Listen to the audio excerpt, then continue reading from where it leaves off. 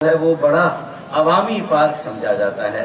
तो youth parliament का इजलास भी आज एक ऐसे हाउस और उसके दालान में हो रहा है जिसे कि अवामी गवर्नर हाउस होने का एजाज़ हासिल हुआ है, जिसे कि एक अवामी गवर्नर ने जो है आबाद किया हुआ है।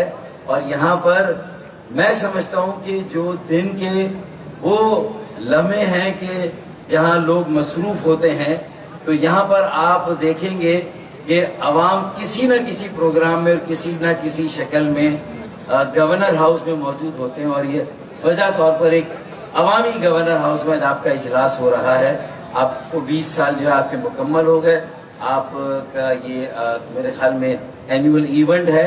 तो सबसे पहले तो 20 साल मुकम्मल करने पर रिजवान जाफर आपको और आपके जो आपने कहा 40,000 एलुमनाई हैं, उन सब को दिल की गहराई से बहुत बहुत मुबारक हो। और मुझे यकीन है कि मोहब्बत मुझे उन जवानों से है, सितारों पे जो डालते हैं कमन। तो आपने तय कर लिया होगा कि अब किसी सियासी जमात को ज्वाइन ना करें। लेकिन मैंने ये देखा है कि यूथ पार्लियामेंट के बहुत सारे लोगों ने मुख्तलिफ सियासी जमातों के प्लेटफॉर्म से इलेक्शंस लड़े हैं, इंतखाबात लड़े हैं।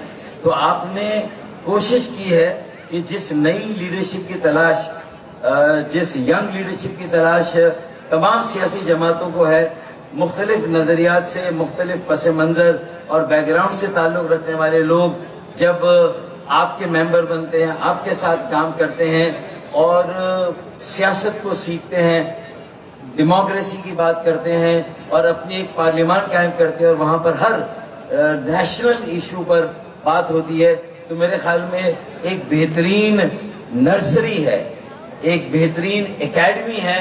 फ्यूचर के पॉलिटिशियंस भी यहाँ से आने चाहिए, चाहे वो किसी भी सियासी जमात में जाकर आएँ।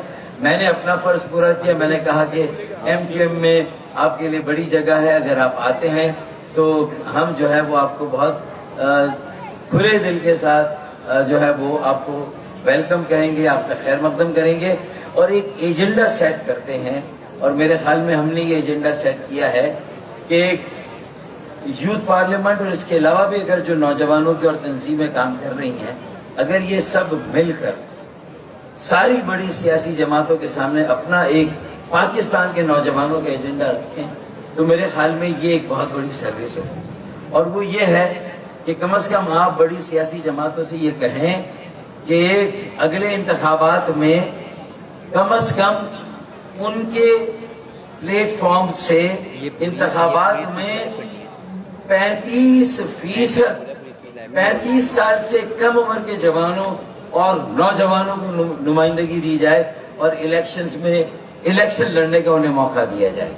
35 साल से कम उम्र के 35% लोग अगले साल अगले इंतखाबात में जो है वो तमाम सियासी जमातों में नजर आने चाहिए, ताकि आप आवाम को गाइड करें कि उन जमातों को चूज करें, उन जमातों के साथ खड़े हों जो पाकिस्तान की और दुनिया की ज़रूरत है।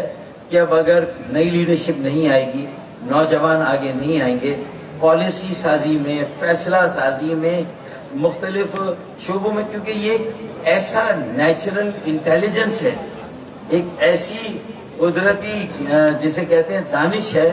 एक हमारा विजन है लेकिन इनोवेशन आपसे मिलेगा। अगर आज विजन और इनोवेशन का कॉम्बिनेशन अगर आज हमने नहीं किया, तो मेरे ख्याल में ये जो ट्रेन आकर स्टेशन पर रुकी, ये ट्रेन गुजर जाएगी, ये अपॉर्चुनिटी चली जाएगी।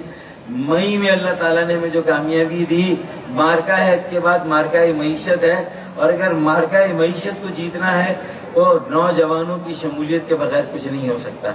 जिस तरह अलीगढ़ के तालिब इल्मों को शामिल किए बगैर कायदे आज़म मोहम्मद अली जिन्ना का पाकिस्तान कायम नहीं हो सकता था, एक नामुमकिन मुमकिन नहीं बन सकता था, उसी तरह अगर आज जो मार्का मईशत के टारगेट्स हैं, अगर उन्हें हासिल करना है, पूरी दुनिया के साथ पाकिस्तान दोबारा रिकनेक्ट हुआ है, अगर एक अपॉर्चुनिटी आई है और बहुत बड़ी अपॉर्चुनिटी आई है, अगर इस اپرچونٹی کو کیپٹلائز کرنا ہے، اگر اس اپرچونٹی سے فائدہ اٹھا کر پاکستان کو اپنے پیروں پر کھڑا کرنا ہے تو اگلے انتخابات میں 35% نوجوانوں کی شمولیت اور شرکت ہونی چاہیے، 35%۔ اس میں ہماری بیٹیاں بھی ہونی چاہیے، ہمارے بیٹے بھی ہونے چاہیے، اور اللہ نے چاہا انشاءاللہ تعالیٰ 1.5 سال کے بعد بلدیاتی انتخابات ہے۔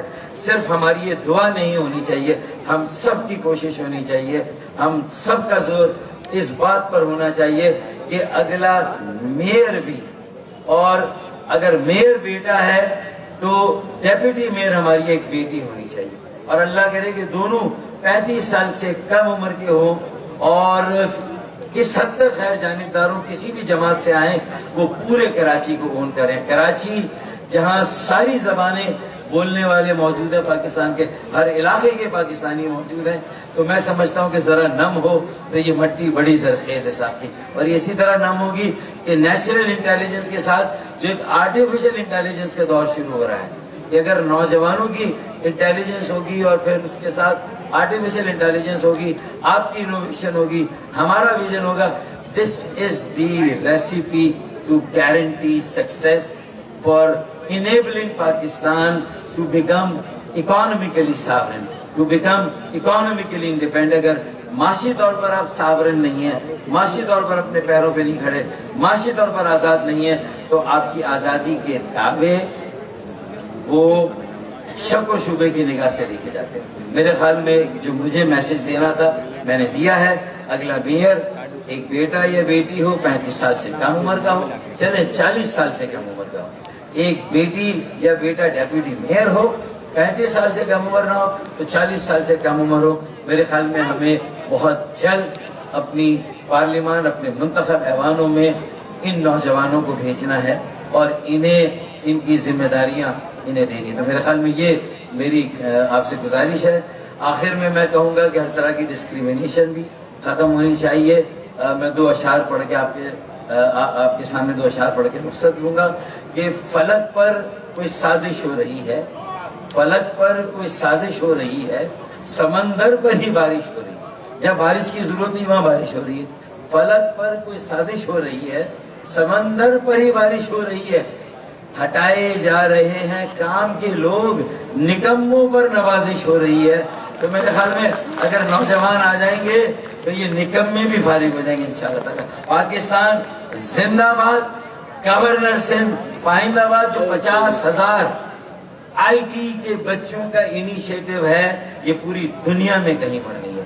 دعوے کسی نے کیے تھے، president house, prime minister house, governor house, C M house کو ہم درسگاہ بنائیں گے۔